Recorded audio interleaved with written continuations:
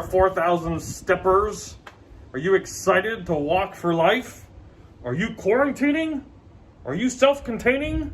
Are you wearing silly masks? You don't think about how incredible it is to take a hot shower or climb into bed and fall to sleep. But when you're living out of your car, those things become luxuries. For young Tanisha and her child, that was their reality. And then the unexpected happened. Tanisha discovered she was 4 months pregnant with a second child. She found herself lost, overwhelmed, and seeking an abortion. For each story like Tanisha's, there are thousands and thousands more stories. Women who find themselves pregnant with overwhelming circumstances and unthinkable obstacles to overcome. Through the 4,000 Steps experience, you can enter into these stories and the common challenges that brave women and men who are seeking an abortion must overcome in order to find hope and choose life for their children. Just today, 3,000 children will lose their lives to abortion. But because people like you cared and understood, Tanisha's baby isn't one of them. By gaining understanding, we can work together to serve hurting women and rescue children from abortion.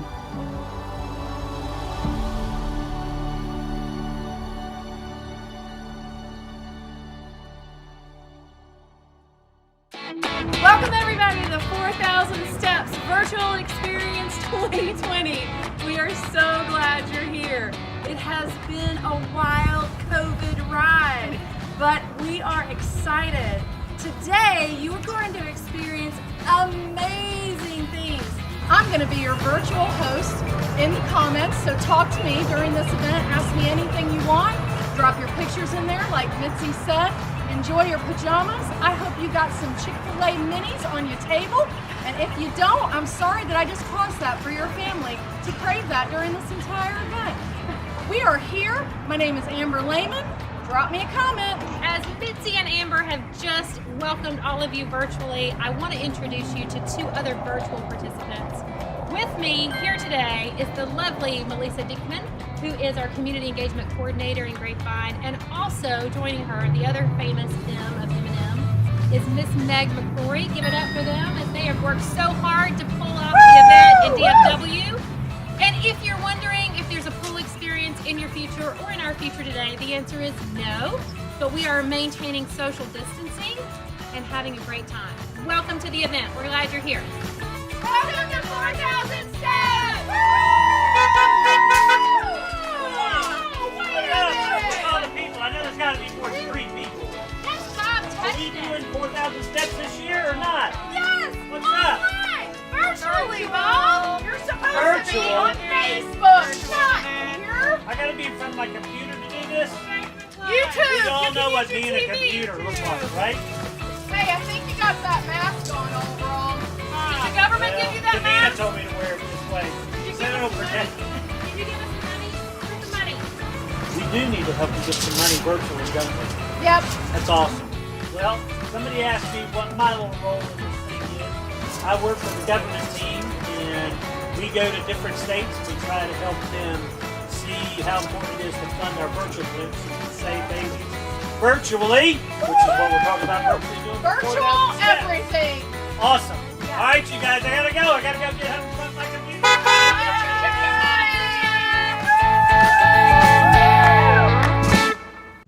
This morning we're going for the wind-blown look, because there's a gentle gale blowing through Texas. Look at your hair. Thank you.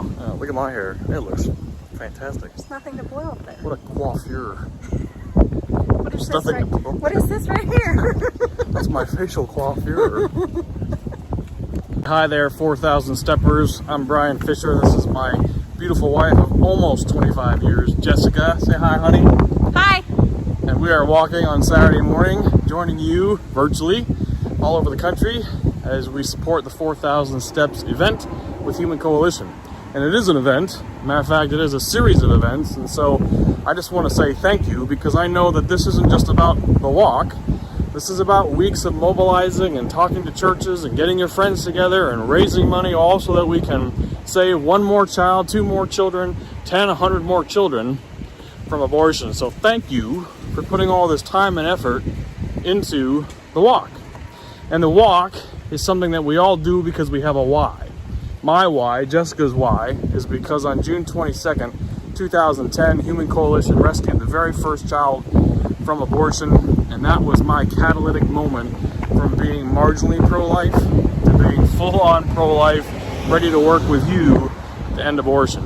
So again, thank you for being part of this awesome day and for all the work that led up to it. We know what a sacrifice it is, especially during this time, and pray for your health and safety as we walk through this crisis together. But we're going to come out strong on the other side, and we're going to save a lot of babies in the meantime. God bless you all. Welcome, Erin. So glad you could join Thanks, us, guys. and everybody. So glad you're here. So we are practicing social distancing during the COVID-19 epidemic. Our clients start actually online looking for an abortion pill, something, because they are scared and they don't know where to turn. Thankfully, they get connected to us through our call center, and our call center makes an appointment with our clinic. And they come in within 24 to 48 hours. They come into our nice waiting room. They fill out some paperwork just like a new patient would, just like you would as a new patient, right? That's what we all do. And then one of our sweet nurses walks them back. Oh, by the way, look at our giant 6 feet. We are continuing to be COVID compliant, but this is 4,000 steps, people. So we're so excited that you're here. The steps that a woman takes to get here is so important. And we want her to feel very, very comfortable because we know that she's scared, and we know that we are here to love her and to comfort her and to reassure her. So one of the things that we do is we start in one of our counseling rooms where she begins to fill out a decision-making guide. And that guide allows us to know where her head is, where her heart is. And then we bring her into our ultrasound room. Wow, this is pretty. Love it. Where she gets to understand how far along she is. And then she also gets to see and meet her child on the screen for the first time. And at that particular point, we bring her into the counseling room again, and Amber is going to share with you what happens here. Awesome. Like everybody likes to be talked to with dignity, she gets to put her clothes back on and come out here and talk with somebody face to face here. And so then the nurse will start going through the next pages of the decision guide. And she's going to ask her, what does your head say? What does your heart say? And if your circumstances were different, what's your heart's desire? And at that point, we can see how she is struggling between her head that says she can't do it and her heart that wants to have her baby. And at that point, we can say, what I hear you saying is that you would rather have your baby than not. And so at that point, we go from face to face to shoulder, and we're able to start attacking her challenges head on. And then they're going to talk through the pros and cons of abortion, adoption, parenting, and waiting a week. Everybody makes a better decision if they wait a week. And so they wait a week, and so they can choose that. And then they're going to make a plan together. There are things that the clinic staff are going to do. Maybe it's research housing or start putting her resume together. There's things that she's going to do, which is sending us her employment information and those types of things. And or maybe she's going to talk to somebody. Maybe her sister was a supportive person that she told, and so we're going to encourage her to talk to her sister. And so from there, they're going to make that plan. They both sign that plan, and they both follow through on that plan. And on their way out, she gets one of these nifty little spa gift bags put together by the churches. And in here are just goodies that she can go home and take care of herself. And we just tell her, we want to give you a gift. We want you to go home, take a moment for yourself in all of this chaos. Take a breather, take care of yourself, and we're going to be in touch with you tomorrow. This is God's abundance provided by you, the church, to help us help her. And we rely on your generous donations, both financial and material, to help her just understand that there's somebody here that's going to help and support her, There's someone here who is going to love her unconditionally, and this is an opportunity to show her through these material gifts and through your generous donations that you've made and sacrificed through 4,000 steps to help her be loved.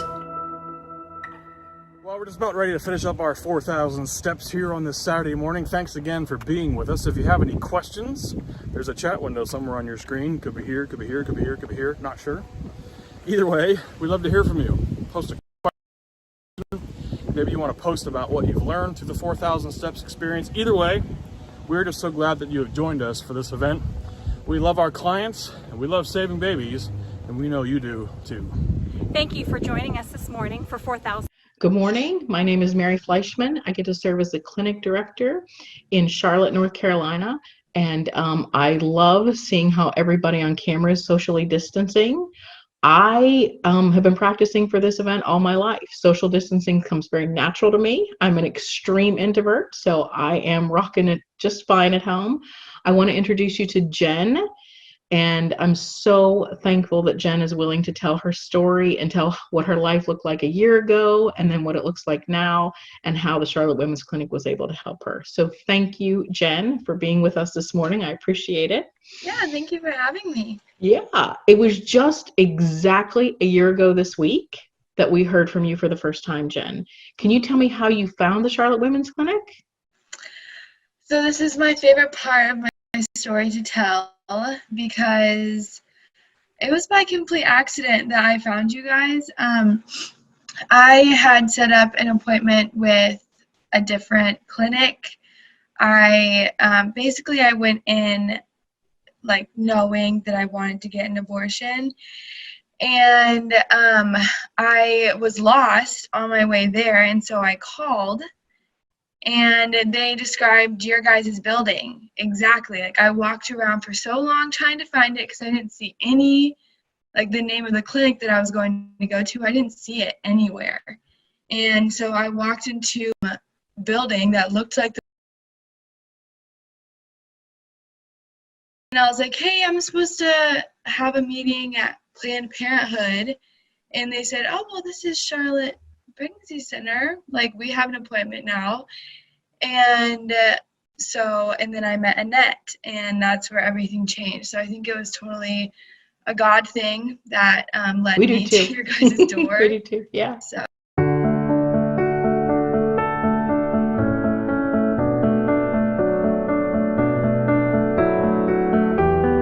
Can you tell me what had brought you to what you thought was an abortion clinic at that point? What part of your story led you to that place? Really just fear, I think. Obviously, Grace was not planned, and I was just really scared. And my main thing was like, what am I going to tell my parents? Because my dad was a pastor growing up, and I knew this was not in their plan for me or my plan for me. So I think just not really knowing what to do.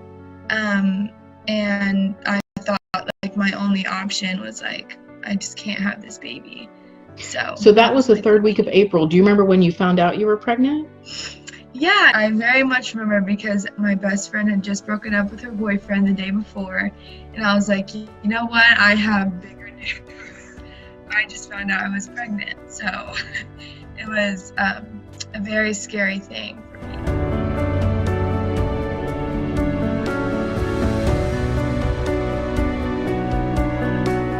And did you think that you would ever be somebody who considered abortion? I mean, not really. Like, I don't know. I just never even pictured myself being in that situation. Do you remember anything about your time with Annette? Yeah, I actually, I voice recorded the whole meeting. I don't know if she knows that, but I wanted to show it to let my boyfriend at the time listen to it. And I just remember feeling like right whenever I walked into the room where I was going to meet with her, I felt so comfortable because it was like just so cozy in there. And I remember her showing me just a factual video of what an abortion would be like, and I never felt like pressured. She asked me like, kind of what I was feeling about everything, and I just told her I'm mostly just terrified to tell my family and I don't know what to do. And she just made me feel so comforted in the fact that my family's still going to love me. And she shared her story about the situation kind of similar with her daughter, and she just made me feel really good about keeping the baby. And I walked out of there knowing there's no way I'm not having this baby.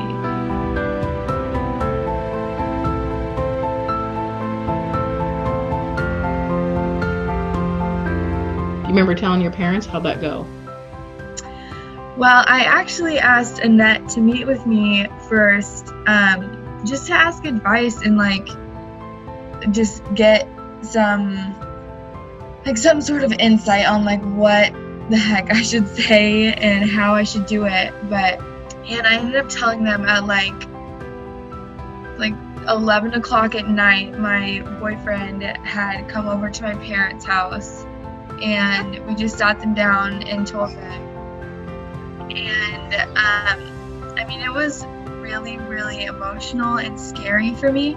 But I mean, I went into it thinking my parents weren't going to talk to me for months, and like that they weren't going to be supportive. But I was completely wrong, and they were like so incredibly supportive, and I felt just so loved and taken care of. And like afterwards, I was like showing them the ultrasound pictures that we had gotten at the clinic, and it was a very happy thing. That's so good to hear. Yeah. Can you describe life now for me? What's life like now? Well, me and Grace's dad, we are engaged now, and Congratulations. Thank you. We got an apartment in Statesville closer to his work, and his work allows me to be a stay-at-home mom, so I get to hang out with her all day.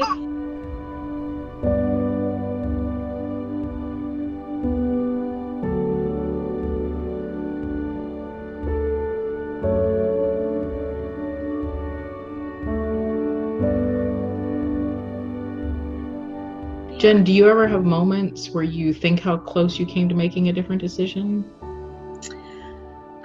Yeah, I mean, before I showed up at the clinic, I had pretty much made my decision that I wasn't going to keep the baby, but I kept on thinking like, oh, I really want to, but I just can't. And like, oh, this would be like, I could picture myself being a mom, but I was also like, I know that it's just not an option. Like, I was entertaining the idea of me keeping her, but I knew, like in my head, I was like, I'm not actually going to, I just can't do that. Do you know that your dad called to thank us? Oh, he did? Yeah, I couldn't even tell him that we had seen somebody named Jen. They just told me there was a father on the line who wanted to thank us. And so I took the phone call, and I'm pretty sure he showed up in person and made a donation too.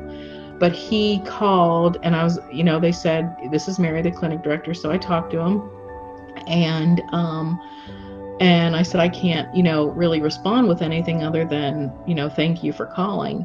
And he said, I just want to tell you that you saved 2 lives that day. I don't know exactly what he meant, but he said that he supported pregnancy centers in the past, and he had no idea that he would ever be on the receiving end of services, but that he just really wanted to say thank you for saving 2 lives that day.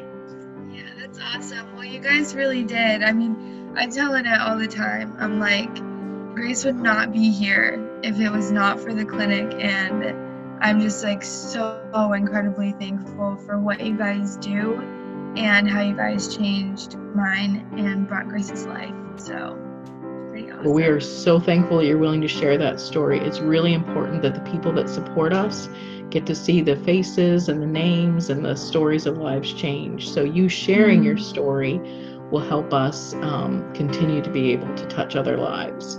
So I am ever so thankful that you were willing to meet with us this morning and share that part of your story.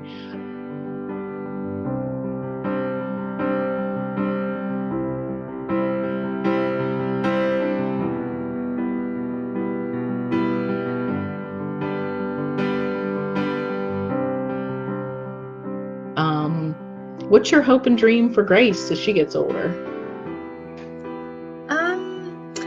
Really, I was actually just telling my mom the other day, I want Grace to be like the most gentle and kind and loving person. Like, I can hope all of these great things for her, but really I want her to grow up knowing the Lord and knowing that she's loved and that she can come to me in any situation, just like I was able to go to my parents.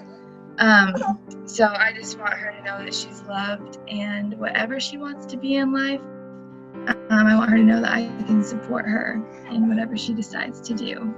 We can tell what an awesome mother you are. So Thank you. you so much for sharing with us today.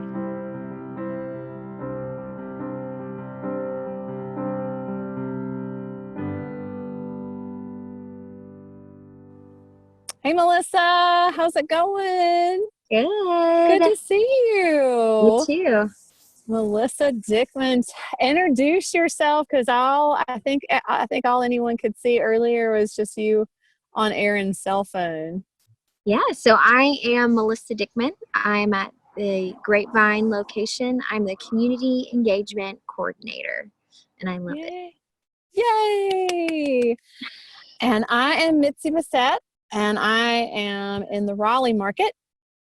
And we are so glad you're here. So as you can tell, we are definitely social distancing because Melissa is in Texas and I'm in North Carolina. And we are going to be your virtual learning station hosts today. We're going to walk you through, basically, we're going to talk you through what you would typically learn at a 4,000 Steps live event. The amazing thing is that none of us really expected this to happen, but it doesn't catch God by surprise at all. And I love that little phrase in most of the Psalms that say, but God. You know, it's a reminder that I'm not in control. We're not in control. God is in control. Right? Amen.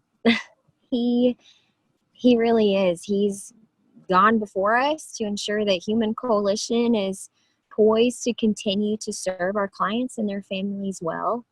And even on, March 16th, Human Coalition innovated and took all our clinic services virtual. And if we hadn't have piloted this virtual service in 2018, I don't know where we'd be today, but God, we are ready for the challenge because of him, and God's favor has taken all our markets virtual in 72 hours. 72 hours, 7 markets in 72 hours. That is amazing, and definitely a God thing. Like you saw today in the video, we want to walk you through again what it is that our clients experience. And I'm so excited to be able to do that with Melissa, my cohort in rescuing children in Grapevine. And so it's really the first step in any of this is a telephone call. You're right. Yeah, most clients who call us are looking for an abortion, and our online presence is significant. It ensures that Human Coalition appears in the top 3 spots when searching. So there are 1.85 million searches every month for abortions and other items related to abortion, such as abortion pill, an abortion provider, etc. And so we give a disclaimer that we do not refer for or provide abortions, but when in crisis mentality, the client is desperate and clicks and calls us, which gives us the opportunity to counsel them well. And that's exactly what we do, because we love them from the first time. I mean, we've already been in prayer for them, and we've been doing this for quite some time, and we have seasoned people on the phone, ready to take their call and ready to love them from the first hello through whatever decision that they make.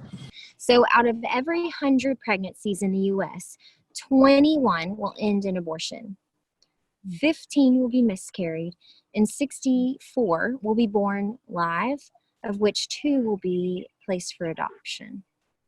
And you know, I was reading the other day that 50% of pregnancies are unplanned. 4 out of 10 of those that are unplanned will end in abortion. Those are difficult stats to comprehend. So many of our clients feel alone, afraid, and uncertain when facing unplanned pregnancy. And then you add in COVID-19 and those feelings skyrocket. Yes. And you know, I was speaking to one of what I refer to as our frontline heroes, because that's exactly who they are. There are call center agents, there are nurse counselors, there are continuum of care coordinators. They are the ones there poised, trained to take that first call and to lead them through this decision that they're going to make.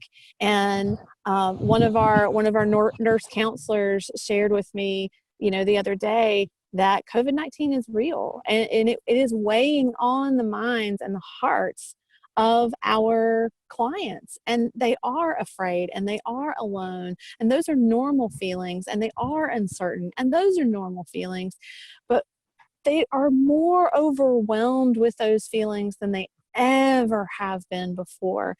And I just can't help but think, when you're feeling alone and you're feeling afraid and you're feeling overwhelmed, I mean, even as a brand new mom, you feel that way when you're like, yay, I'm excited.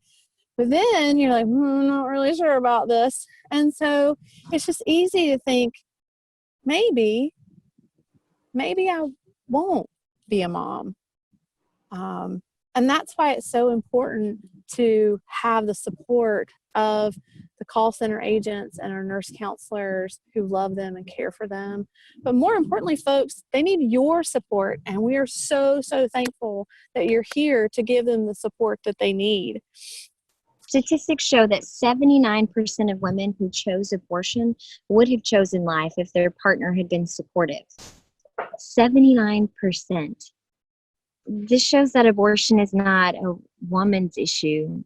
It's a human issue. It is a very sad statistic, and I hate that it's true, but I know that it is, and it kills me. It bothers me, obviously, every time I hear it. And so let me just take a minute and speak to the men in the audience. First of all, thank you. Thank you for realizing, thank you for not believing the lie that it's simply a woman's choice. But I also want to encourage you to stand up and show the women in your life, your daughters, our clients, your nieces, your friends, your family, that there are honest, caring, and compassionate men out there who want to do the right thing. I'll tell you one staggering statistic that really blows my mind is that of every 5 fathers, of every 5 men who father a child, only one will parent. It's his choice and child as well. You know what? The weird thing is, Melissa, is that the same culture that calls abortion a choice also calls it healthcare. Okay, I'm not going to get too deep into that right now because this is not technically one of our learning stations, but it is worthy to speak of.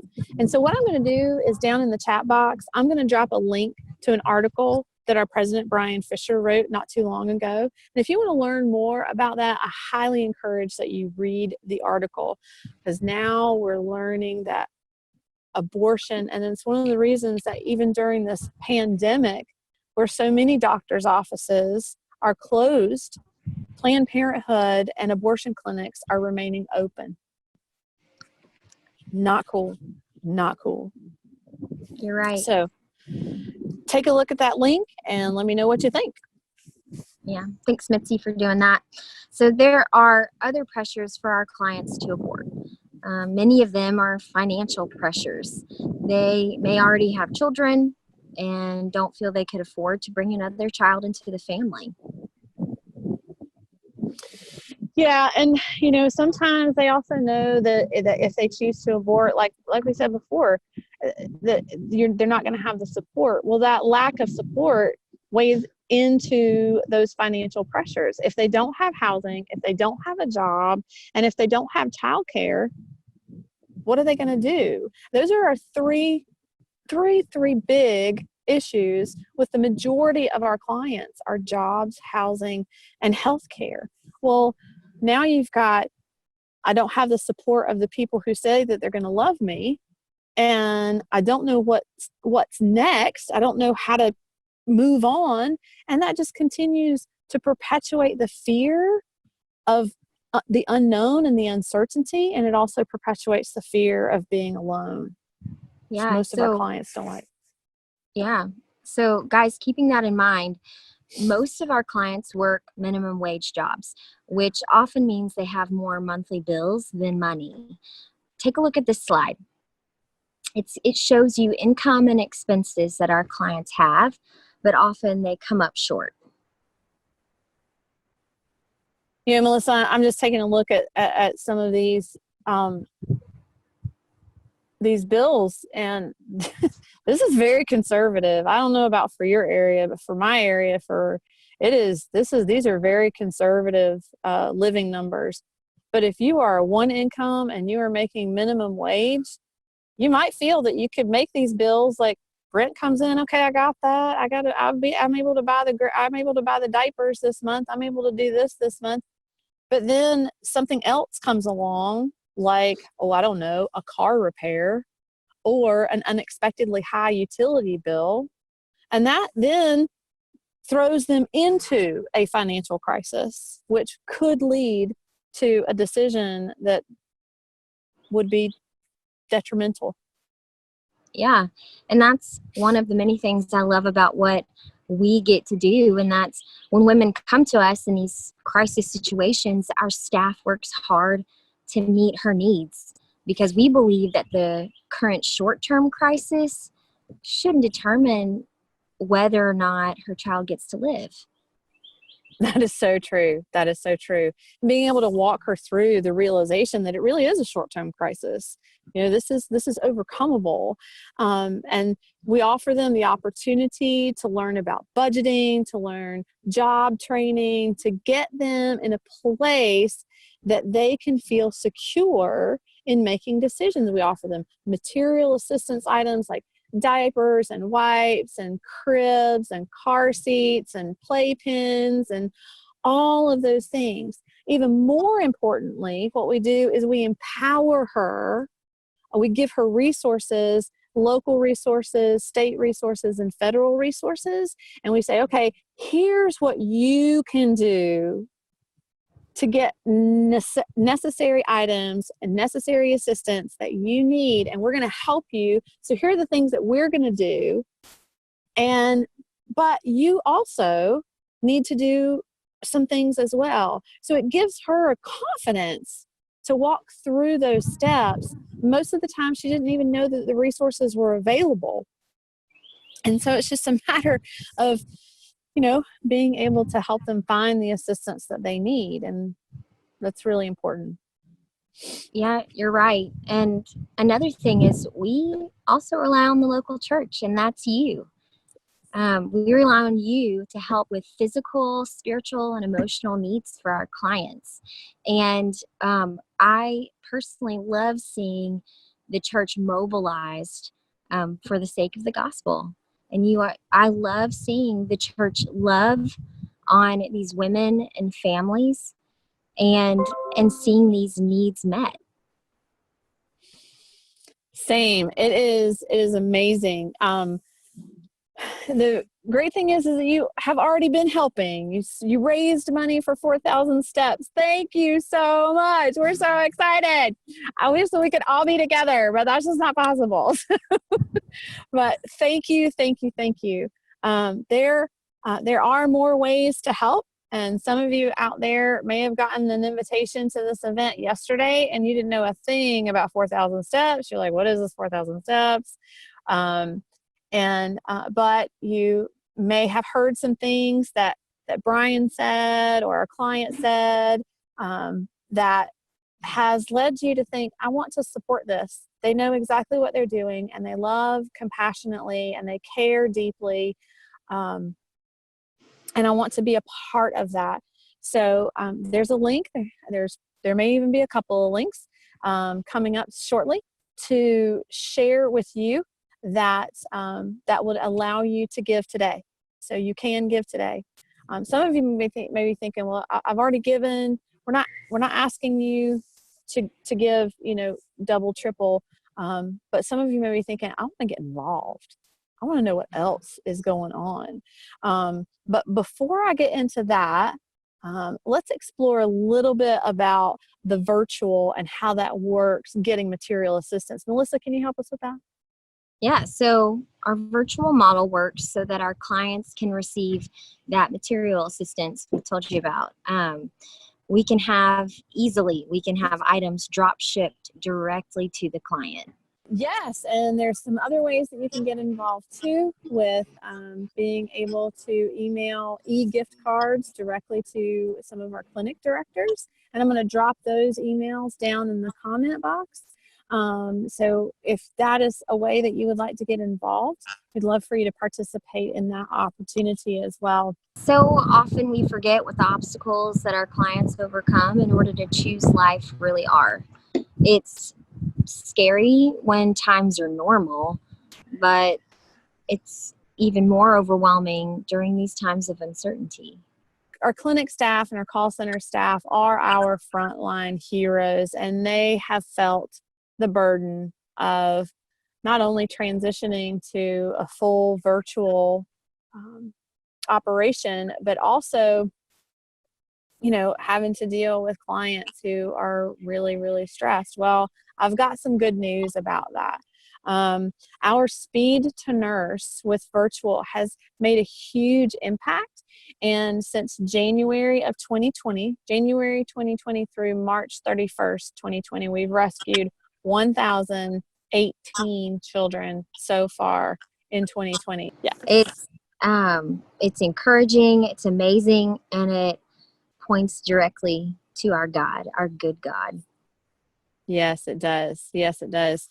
I'd like to spend a little bit more time talking about our Continuum of Care program and go into a little more detail. Our Continuum of Care program is designed to remove barriers, identify what those barriers are, and help the client remove them so that she can choose life. And we want ultimately to get our clients connected to a local church so that they can understand, basically so that they can oftentimes see a paradigm, see an example of family that they've never seen before, and help them to get into our mentorship program. Yes, so Continuum of Care, is a holistic program, and it seeks to provide ongoing care and support to clients in crisis who are seeking an abortion. Every client who comes to the clinic or is served virtually is offered Continuum of Care services during their initial appointment. Yeah, and if they choose to utilize the Continuum of Care, then our Continuum of Care coordinator will contact them, give them a call, and basically walk through them and be a friend and somebody who's going to shepherd them through the process of getting them the help and the assistance that they need. Ultimately, connecting them with a mentor that can help them move from, removing these barriers, because it's life altering. Regardless of what a woman chooses, whether she chooses to carry to parent, to carry to place for adoption, or to abort, it's life altering. You're never going to be the same. And we want to empower them to be able to feel confident to choose life for their child, whether it's to parent or to place for adoption. Absolutely. It's right. You're right. Our clients need hope. that is exactly what our continuum of care program helps our clients understand, that they can move out of a place of fear and into a place of stability. You're right. And once a client achieves stabilization, our goal is to connect her to a volunteer mentor who can continue to provide that positive guidance toward those lifestyle changes. We also work to pair mentors to engaged fathers at our clinic that express a need and desire for that type of support. Our volunteer mentors provide guidance on topics such as parenting, employment, career goals, and spiritual growth. It's just a real natural way for that to be led in, so that they can get into a faith community and a church community. I completely agree, because once they're connected to the church body, and then they get discipled and shepherded, you said shepherded before, and it's true. They're going to get, truth, and true change, as we all know, comes from a relationship with Christ, and that is the goal. Amen. Yeah. Amen. That is absolutely the goal. That is absolutely the goal. And it's our responsibility as Christians to stand in the gap and to give voice to the voiceless. And there are too many voiceless that are perishing, because 850,000 children will die this year due to abortion. That's 2,500 children a day, every day in our country. It's appalling. And it's 100%, it's 100% preventable. 100%. Now, I know that COVID is terrible, and it is, and I've heard stories, and I have experienced, not firsthand, thank God, but the understanding of what a patient goes through, and it is terrible. But still, abortion is the number one cause of death in America today. There's no excuse for that. Mitzi, when you say that, it's crushing to hear that, and it's to paint a picture of what that looks like, maybe to hit a little closer to home, is those numbers average out to approximately the size of a kindergarten class every day in our backyard. And the interesting thing is, Melissa, if it were 2,500 kindergartners that were losing their life every day, the church would be in an uproar. And that's why we have to be on the front lines. You have to be on the front lines to change this culture out of a culture of death and into a culture of life. And you've made a good first step, don't you think, Melissa? Absolutely. I mean, because of you've given generously and prayed. We're serving more women than ever before in the midst of COVID-19. Our mission at Human Coalition is to reach women, rescue children, and restore families in order to transform our culture of death to a culture of life and to end abortion in our lifetime. Yeah, it is an audacious mission, but it is possible with God.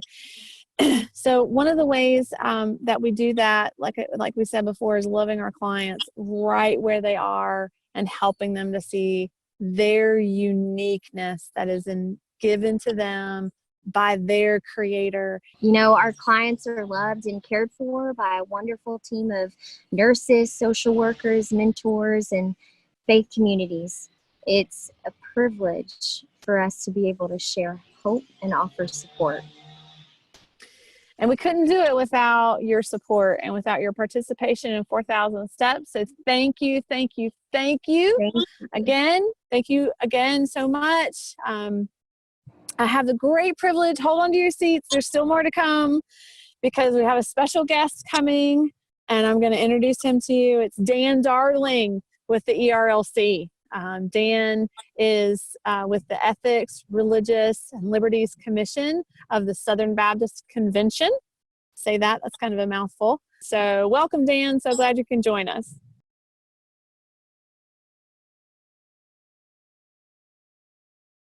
Hello, I'm Dan Darling, and I'm Vice President of Communications for the Ethics and Religious Liberty Commission. And I had so much hoped to be with you there at the Human Coalition in Raleigh. I've enjoyed my time at these events and have come to really, really appreciate and respect and admire the great work that Human Coalition is doing these days in fighting for every unborn human life in your communities. I just want to commend all of you who work at every level at Human Coalition to know that you are doing God's work, you are doing important work, you are doing work that is courageous in a time when the pro-life cause is experiencing some really good momentum, but also is increasingly looked on as fringe and weird by both the mainstream media, by popular culture. And I just want to encourage you to keep fighting the good fight, keep doing what you're doing, keep saving lives. We will only understand the full impact of what you are doing when Jesus returns and we see all the lives that you have been able to save, both spiritually and physically. And so I just want to commend you and the work that you're doing there in Raleigh and around the world. It's interesting, we are in this time of coronavirus right now, and it strikes me that even in secular societies, we're hearing people talk about the value of every human life. We are shutting down, taking great sacrifice and risk and hardship in order to protect the most vulnerable, those who are immunodeficient, those who are elderly and sick, those who might have underlying health conditions. We're not saying that they're expendable. We're not saying that we don't care if they die. We're saying, no, we're going to stop everything. We're going to shut up in our homes so that the vulnerable can live. This tells me that even on human hearts, there's this instinct that humanity is valuable. And so we need to speak to the very real and scary realities that unwed mothers face, economically, socially, in every way, in a way that they understand that we're there for them. And we need the church to come around and provide resourcing and care. This is why I'm so bullish about the Human Coalition and what you are doing, because you are coming in with this message that, hey, listen, as a young mother, you can flourish and your baby can flourish. You don't have to choose your own flourishing over the flourishing of your baby. You both can. And I think that's an incredible and powerful message. I think, secondly, we need to have language of human dignity across the board. Now, God has gifted people in different areas, in different specialties, right? And for those of you that work at Human Coalition, God has called you and pressed you into this unique space where you are singularly advocating for the flourishing of unborn human life. And you should continue to do that. But as Christians, when we talk about other issues beyond the unborn, we need to not abandon our belief in the sanctity of human life. So even as we talk politics, even we talk about other kinds of people groups, if we use dignity-denying rhetoric in those environments, we'll lose the right to make an argument about the unborn. So I think that is very, very important. I think, third, we have to make our arguments couched in gospel language. And what I mean by that is this. We don't want to come into this argument as if we are the good people, as if we are the righteous people, the righteous warriors. We want to come into these arguments and these discussions as humble, open-handed, broken people. We too have committed violence against God by our sin. And if we carry that kind of broken, redeemed gospel language into our conversations, it'll make us compassionate, it'll make us listeners, it'll make us empathetic toward the plight of those who have to face difficult choices. It'll make our care better. And so I encourage you to be gospel people. Have the end in mind, that God is doing a work and He's doing it through you. And so I just want to encourage all my friends at the Human Coalition with this. I want to support you in every way I can. And I want to say that if you're watching this video and you are considering giving toward the work of the Human Coalition, I want to beg you and implore you with everything I have to do that. If you are pro-life and if you care deeply about the slaughter of unborn human beings, as I do, I cannot think of a better place to put your pro-life money than the Human Coalition. Would you join this cause? Would you be this generation's Wilberforce, this generation's Martin Luther King, this generation's warrior for the cause of the unborn? Would you do that? I want to encourage you to do that. And I want to thank so much the wonderful people at Human Coalition for the great work they do. Thank you, and it's been great to be with you. I know so many of you are praying for Human Coalition and our staff and our families. It's been a fascinating 5 weeks for us, as I'm sure it has been for you during the COVID crisis. We did make the decision on March 13th to close all 7 of our brick and mortar clinics and to convert our entire care system to a telehealth system, what we call a virtual clinic. So on March 13th, we did shut our doors temporarily in our 7 clinics, but on March 16th, we opened up full staff, full capacity, serving women all over the country in our markets using the power of technology. By God's grace, we already have 2 virtual clinics that serve certain areas of the country, so we converted the entire operation to a virtual operation. And as you might imagine, this is a very stressful time for many people in our country. The unemployment rate is skyrocketing, there are financial stresses, there are relationship stresses, and so we have seen a marked increase in the number of calls that we are getting from women who are struggling, and frankly, we are seeing an increase in the number of babies that are being saved. It's only God that could work something out like that, where He could take a crisis like a pandemic and convert it into more and more saved babies. And so we are responding. Being at full staff, full capacity is not always easy, especially when we have everybody working from home, and that's not always convenient. But our courageous, awesome staff is getting it done. And in all of our markets, we are seeing this increase. Clients are saying things like you can imagine. Hey, I don't have a job anymore. I can't raise a child. Hey, I didn't mean to get pregnant. What do I do? In some states where courageous governors have shut down abortion clinics, these women legitimately have nowhere else to go, and that pleases us very much. In states where the governors have kept their abortion clinics open, we are still fighting to get in touch with those women and save those children. So your support, your involvement, your prayers, your volunteerism is more important now than ever, because the need for Human Coalition is greater during a crisis than even before that.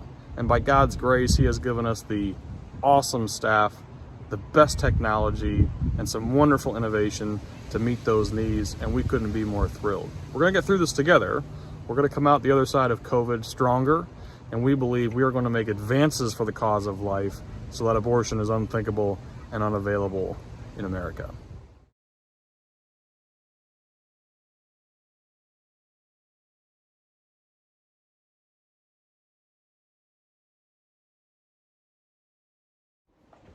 Hey there, 4,000 steppers. Are you excited to walk for life? Are you quarantining? Are you self-containing?